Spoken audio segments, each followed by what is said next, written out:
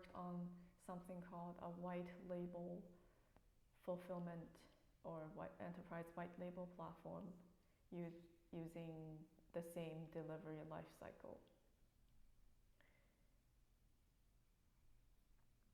So first of all, there are a lot of user interface customizations. For example, the user logging onto the app.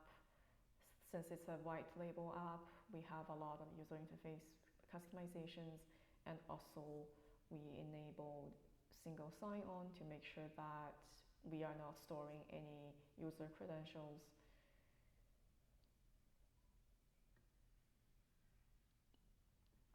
This part is mostly the same because all of this is mostly only visible to the worker or shopper, and the user can only see like a progress bar of like how much have we accomplished. And the most, I would say, impactful one that I worked on was at the checkout process. There is a QR code. Imagine this is a QR code. It's not very easy to draw. Anyways, imagine there's a QR code and the shopper needs to scan it with a store associate.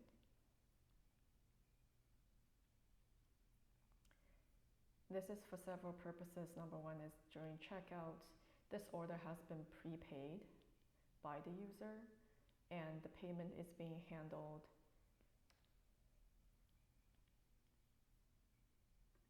between our enterprise client and the end user. So as a white label provider, we are not going to collect money on the behalf of our enterprise client. And this QR code informs the in-store associate that, hey, this order has been prepaid and this is a way for us to verify that.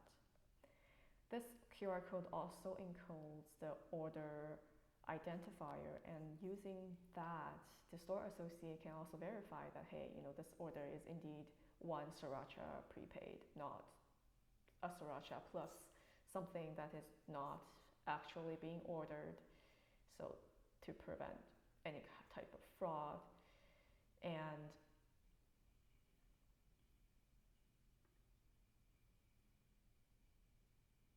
And then we proceed to pickup and delivery.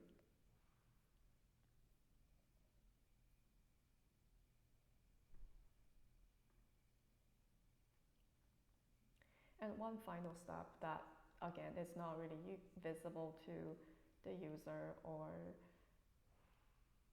our enterprise client or us, the platform provider, is user privacy. Although we don't retain things like payment information or the user's password, credentials, we do have records of what was ordered as well as the user address, because our workers or shoppers have to deliver somehow, and you can't deliver without an address. An address is considered a personal and identifiable information. In order to do that, we periodically think about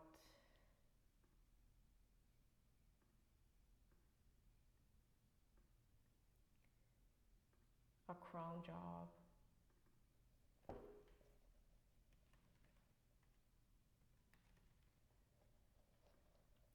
We go through all the orders that were created by our enterprise partners using our API, and if this exceeds a threshold that is negotiated between us and our enterprise client, usually about 30 days, we will obfuscate all the address as well as any other personal and identifiable information.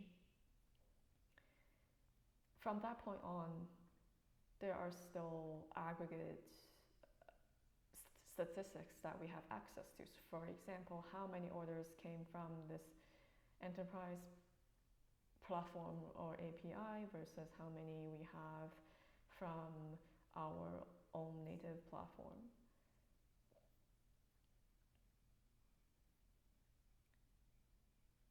And that's it. Thanks for watching.